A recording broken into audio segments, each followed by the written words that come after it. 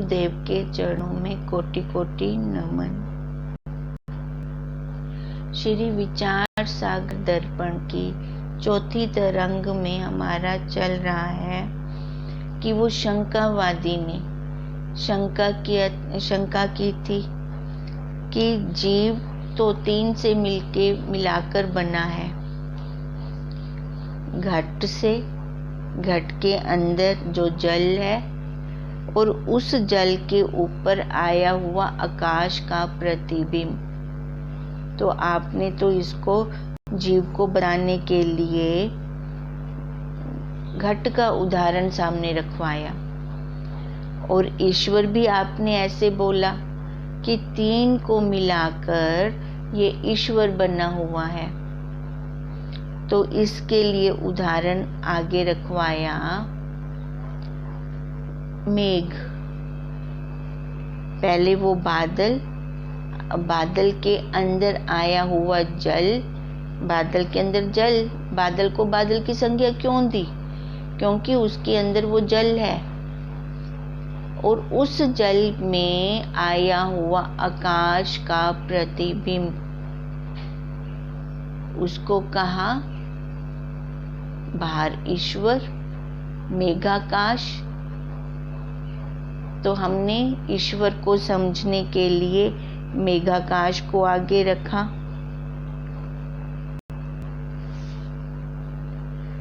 अब उसका क्वेश्चन ये चल रहा है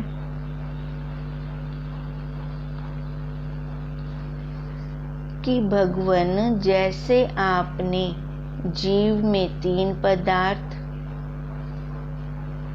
अब ये शास्त्र से ले रहे हैं, मलिन सत्व गुण प्रधान प्रकृति अर्थात अविद्या अथवा उसका परिणाम रूप बुद्धि, कूटस्थ शुद्ध चेतन और उस शुद्ध चेतन का आया हुआ अविद्या में प्रतिबिंब, ये तीन बताए।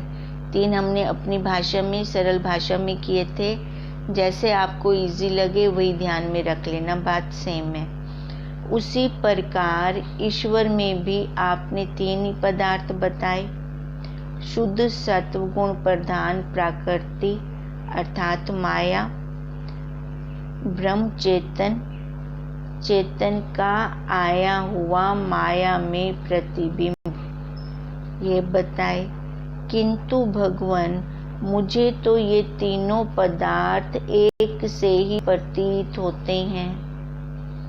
केवल इतना ही अंतर प्रतीत होता है कि जीव की उपाधि जो प्रकृति है वह मलिन सत्व गुण वाली है, अर्थात उसमें रजो और तमो गुण बढ़े हुए हैं तथा सत्व गुण दबा हुआ है। और ईश्वर की उपाधि जो प्रकृति है वह शुद्ध सत्व गुण वाली है, अर्थात उसमें रजोगुण और तमोगुण दबे हुए हैं तथा सत्व गुण बढ़ा हुआ है। तो फिर इतने थोड़े से प्रकृति के केवल मलिनता और शुद्धता। अब जीव कैसे है? मलिन सत्व गुण और ईश्वर शुद्ध सत्व गुण।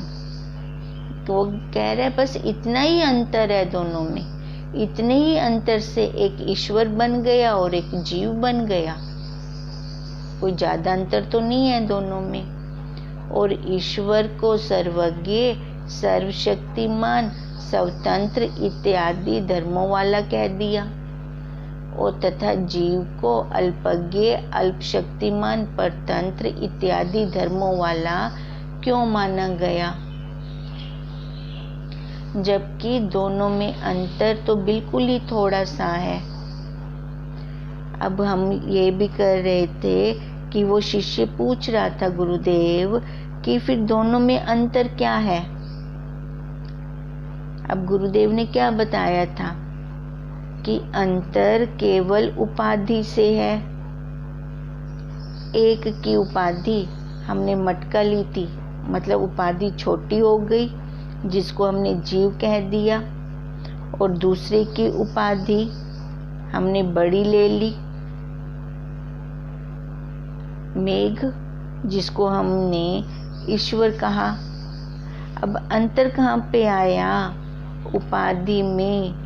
अब ध्यान दें, दोनों में आकाश तो सेम है।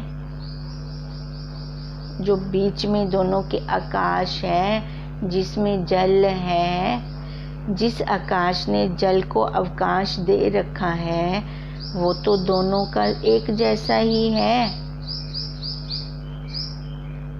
और उस आकाश में आया, आकाश का आया प्रतिबिंब उस जल के ऊपर। दोनों के अंदर जल है, मटके के अंदर भी जल है और बादल के अंदर भी जल है। अब जल के ऊपर उस आकाश का आया प्रतिबिंब भी दोनों में एक जैसा है। उस प्रतिबिंब में कोई भेद नहीं है। खाली उपाधि मटका यानी जीव छोटी उपाधि और मेघ यानी ईश्वर बड़ी उपाधि, यही भेद है दोनों में। आकाश और प्रतिबिंब दोनों में एक जैसा है, इसलिए ईश्वर की उपाधि माया है और जीव की उपाधि एक शरीर, जिसको अविद्या कहा। अविद्या उपाधि में चेतन का प्रतिबिंब जीव रूप से कहा। अविद्या उपाधि में चेतन का प्रतिबिंब जीव रूप से कहा और माया उपाधि में ब्रह्म चेतन का, वहाँ पे चेतन का और यहाँ पे ब्रह्म चेतन का। क्योंकि देखो जीव का साक्षी कूटस्थ,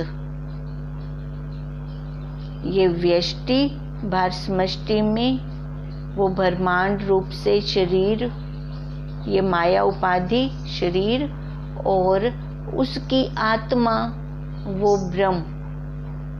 तो इसलिए कहा माया उपाधि में ब्रह्म चेतन का प्रतिबिंब ईश्वर रूप से कहा। अब ईश्वर और जीव में क्या अंतर निकला? खाली उपाधि का, एक की उपाधि छोटी और एक की उपाधि बड़ी। इसलिए कहा था कि ईश्वर और जीव में एकता नहीं है। जीव क्या है? ईश्वर का अंश है। जब हम ये शरीर ओढ़कर बैठ जाते हैं तो तभी हम वहां से अलग हो जाते हैं। ईश्वर के पास क्या है? ये सारी माया उपाधि है और हमारे पास क्या है? ये माया का संकल्प का बना हुआ शरीर।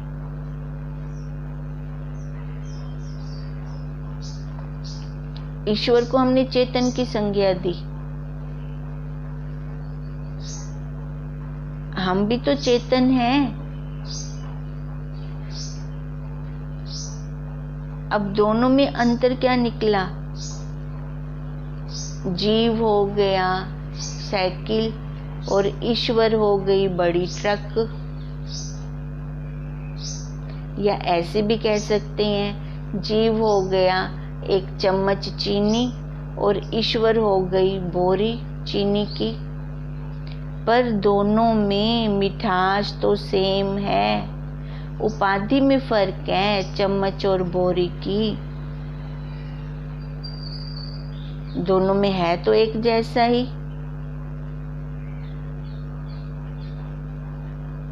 ये पूरे ब्रह्मांड में ईश्वर अपनी माया के कारण फैला है, जिसका हमने ये विराट रूप कहा था।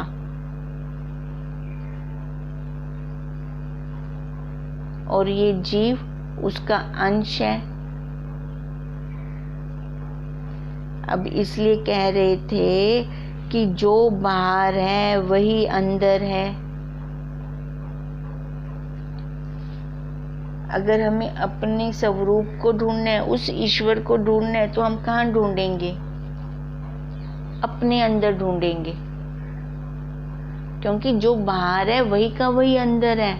पहले हम बाहर ढूंढने चले, हमें नहीं मिलेगा, तो इसके लिए हमने एक प्रसंग भी लिया था, वो बूढ़ी माता का। सुई उसकी अंदर गुम हुई है, ढूंढ बाहर रही है, तो उसको मिल ही नहीं सकती जन्मों जन्मों तक। अब यही गुरुदेव हमें भी कह रही हैं, भी पहले तो अपने आप को जान ले, अपने आप को तू देख ले, फिर तो बाहर जहाँ पे भी देखेगा तेरे को सारा वही मिलेगा।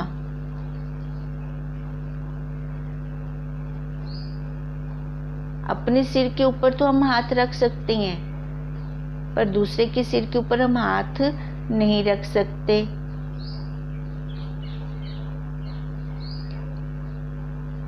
अब हमें अगर परमात्मा के दर्शन करने हैं तो हम कहाँ करेंगे? सबसे पहले अपने अंदर करेंगे, और अपने अंदर जाने का मार्ग हमें कौन बताते हैं? तत्वज्ञ गुरुदेव, क्योंकि उनके बिना हम परमात्मा के साक्षात दर्शन नहीं कर सकते। वही हमारी ये अज्ञान वाली गांठें खोलते हैं। अज्ञान की गांठें तो लगी पड़ी हैं। भगवान जी भी स्वयं कह रही हैं कि ना मैं तप से मिलता हूँ, ना मैं जप से मिलता हूँ, ना मैं तीर्थ यात्रा से मिलता हूँ, ना मैं दान से मिलता हूँ। तो मैं मिलूंगा कैसे? जो मेरा अनन्य भक्त है। अनन्य भक्त मतलब जो एक में खो गया है, तब मैं मिलूंगा उसको, नहीं तो मैं उसको मिल ही नहीं सकता। जो मेरी अनन्य भक्ति करता है, मैं उसी को ही मिलता हूँ। अनन्य भक्ति कैसे होगी? जब हम बहिर्मुख वृत्ति वाले होंगे? नहीं, जब हमारी अंतर्मुख वृत्ति होगी, जब हमें ये समझ में आएगा कि ये जो शरीर है माया का ही अंश है, ईश्वर का ही अंश है, और जो हमारी बड़ी मैं है ये ईश्वर, जो ये शरीर है ये माया का अंश है, और जो अपनी बड़ी मैं मतलब वो शुद्ध, वो जो साक्षी है वो ईश्वर। दो है ना इसमें। अब दो को कैसे देखेंगे?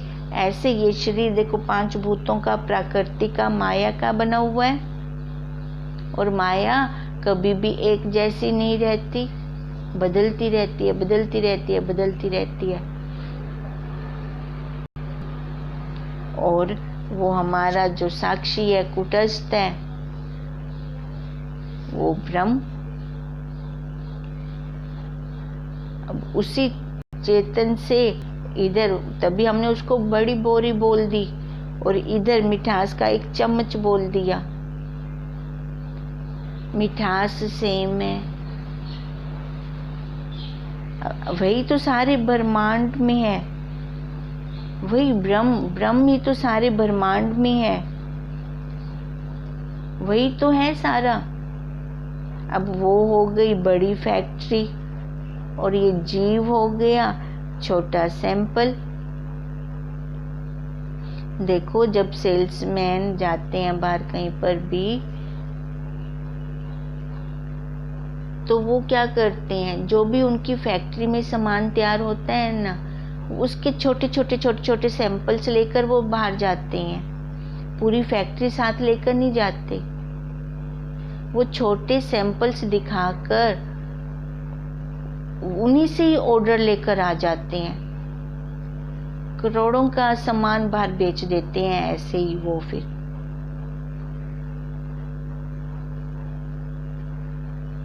अब ये पूरा ब्रह्मांड उसकी बड़ी फैक्ट्री है, और ये फैक्ट्री में अब ये छोटे छोटे 84 लाख योनियां क्या है? सैंपल।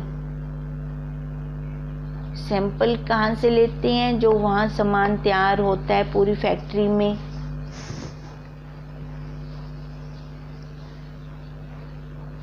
और छोटे छोटे सैंपल लेकर हम बाहर आते हैं।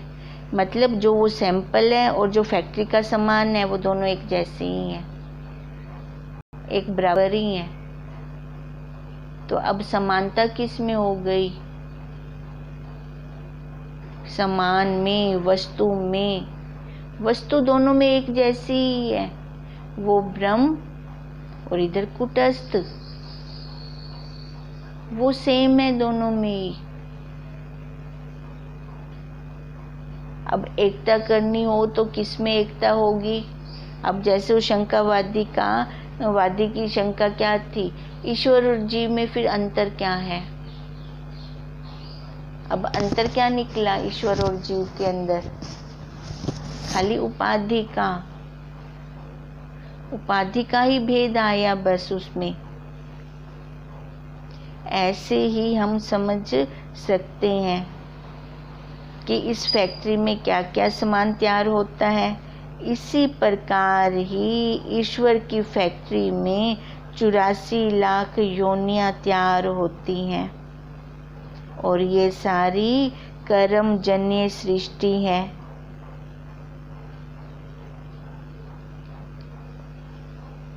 चौरासी लाख योनियों में से कर्म से शरीर रूपी कपड़ा फिर मिलता रहता है। इसके 84 लाख योनियों से अलग तो कोई आकार नहीं है अलग से कोई आकार।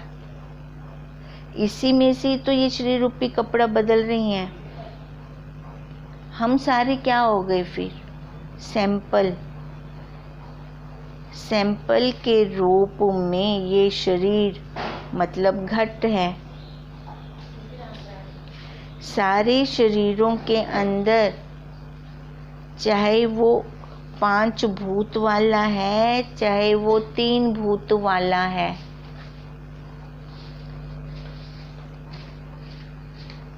इसमें कोई झगड़ा नहीं है।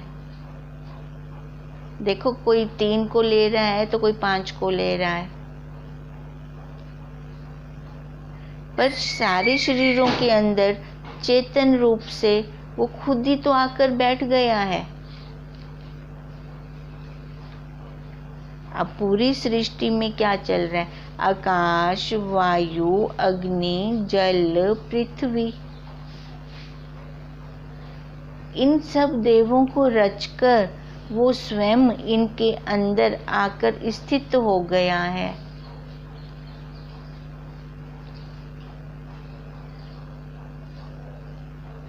परमात्मा है तो जीव रूप से इसमें स्थित हो गया। तभी तो गुरुदेव हमें बार बार कहते हैं, अरे तू ब्रह्मई, अरे तू ब्रह्मई। फिर हम ध्यान देते हैं, कैसे मैं ब्रह्म हूँ? भाग त्याग लक्षण वृत्ति द्वारा। नहीं तो हमें वो क्यों कहते?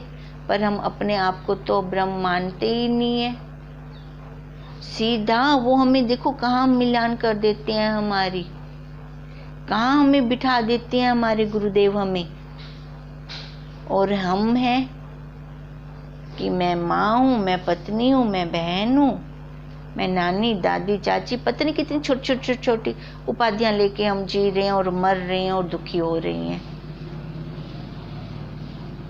जहाँ हमें हमारे गुरुदेव बिठाना चाहें, हम वहाँ क्यों ना बैठें?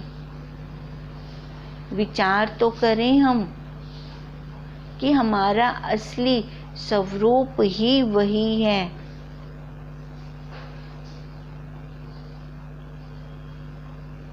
हम अपने आप को सैंपल जाने बस कि जीव ईश्वर का अंश है। मेघाकाश और घटाकाश का उदाहरण लेकर हम अपने आप को जाने, ईश्वर और जीव को जाने।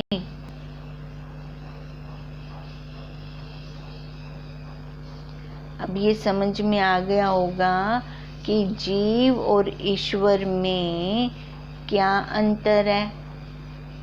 वो जैसे पूछ रहा था जीव और ईश्वर में गुरुदेव क्या अंतर है। घट का तो मेरे को समझ में आ गया, पर अब ये मेरे को बताओ।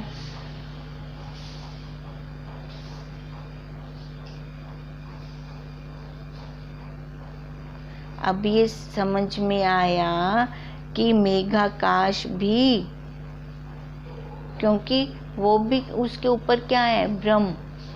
मेघाकाश भी, घटाकाश भी, ये दोनों सैंपल हैं उस ब्रह्म के आगे। जैसे हमने एक दादा लिया था, पिता लिया था, पोता लिया था।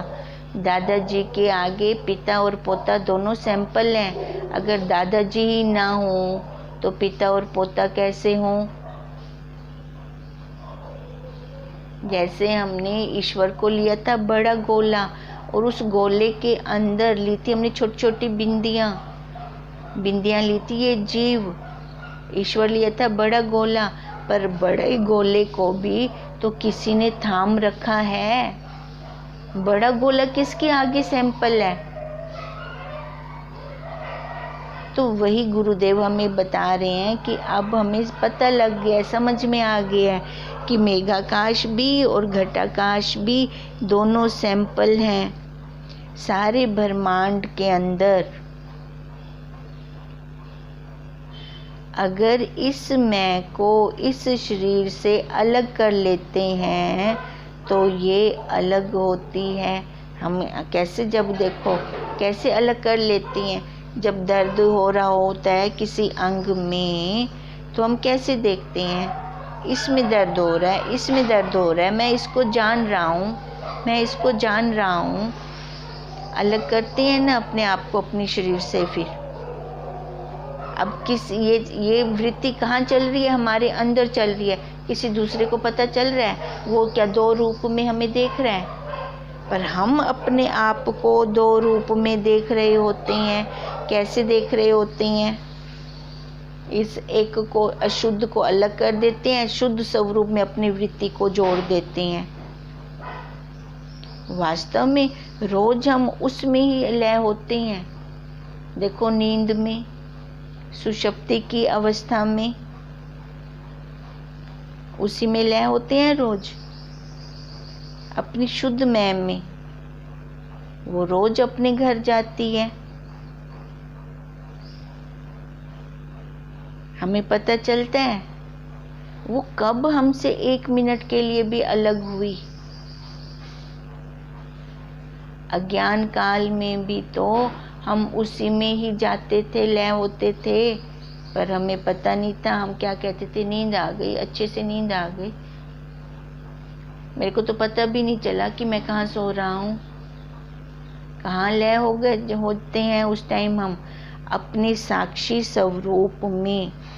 पर फिर जब जागृत अवस्था में आते हैं तो देखो फिर वही वृत्ति आत्मा में आरूढ़ होकर नेत्रों पे आके बैठ जाती है। फिर जब ये नेत्रों पे आकर बैठती है तो मैं मेरा करना शुरू कर देती है।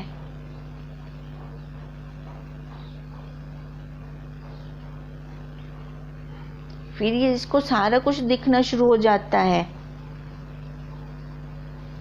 राग भी, द्वेष भी, मैं मेरा भी, छोटा बड़ा भी। अब गुरुदेव क्या कहते हैं, योग कर, योग कर, उसके साथ जुड़। मतलब जुड़ना, किसके साथ जुड़, किसके साथ योग कर, उस परमात्मा के साथ। वो परमात्मा जो तेरे अंदर है, बाहर नहीं है। अब तो उसके साथ जुड़ेगा तभी तेरे ये कर्म, क्योंकि ये कर्म जन्य सृष्टि है ना, तभी तेरे कर्म खत्म होंगे। तभी भगवान जी कहते हैं योग द्वारा मिटे कर्म। नहीं तो ये सारा तो भ्रम छाया हुआ है तेरे को।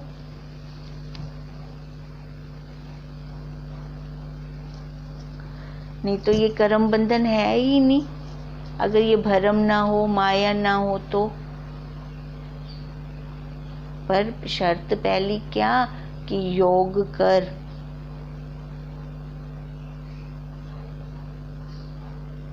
योग द्वारा मिटे कर्म।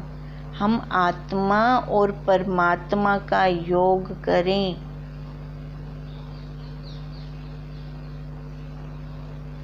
फिर कहेंगे ये योग कैसे होगा?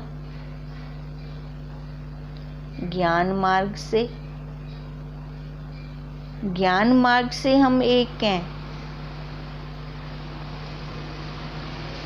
ज्ञान मार्ग से मतलब विचार से। विचार से अगर हम योग करते हैं तो हमारे में और उसमें कोई अंतर नहीं है। अगर विचार ही नहीं करते फिर उसके साथ योग करने के लिए तीर्थ यात्रा कर रहे हैं, जप कर रहे हैं, दान कर रहे हैं, वो भी एक रास्ता है अंतःकरण को शुद्ध करने का। रास्ता है, मंजिल नहीं है। ये ध्यान में रहे। अब इसलिए योग करेंगे तो इस अष्टधा प्रकृति को हम अपने से अलग कर पाएंगे।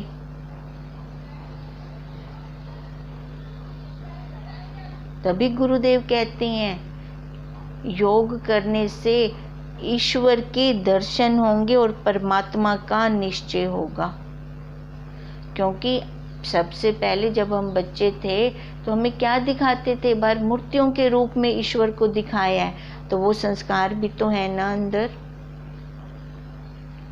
जब अंतःकरण एकदम शुद्ध हो जाता है फिर हम कहते हैं कि हमें शिव जी के दर्शन हुए, कृष्ण जी के दर्शन हुए। हम हैं ही वही रूप। अपने में से ही वो हमारे निकल के प्रतिबिंब आ जाता है तो हम कहते हैं कि हमें उसके दर्शन हो गए।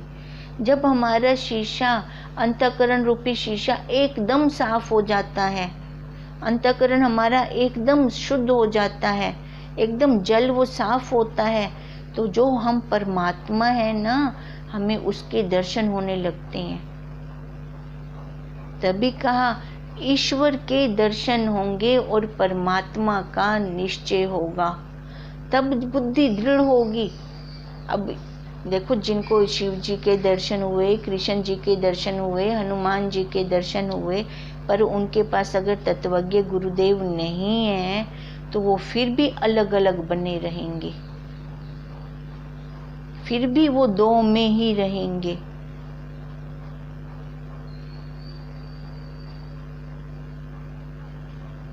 अगर तत्वज्ञ गुरुदेव की शरण में है तो गुरुदेव हमें एक कर देते हैं। वो हमें दिखाते हैं कि उसमें फर्क नहीं है, तो वही रूप है, तो है ही वही, तो अपना ही प्रतिबिंब के रूप में अलग से देख रही है, क्योंकि तेरा अंतःकरण शुद्ध हो गया है। वो परमात्मा का निश्चय करवा देते हैं, पक्की दृढ़ता करवा देते हैं। क्योंकि परमात्मा के दर्शन नहीं होते, वो खाली अनुभव होता है उसका।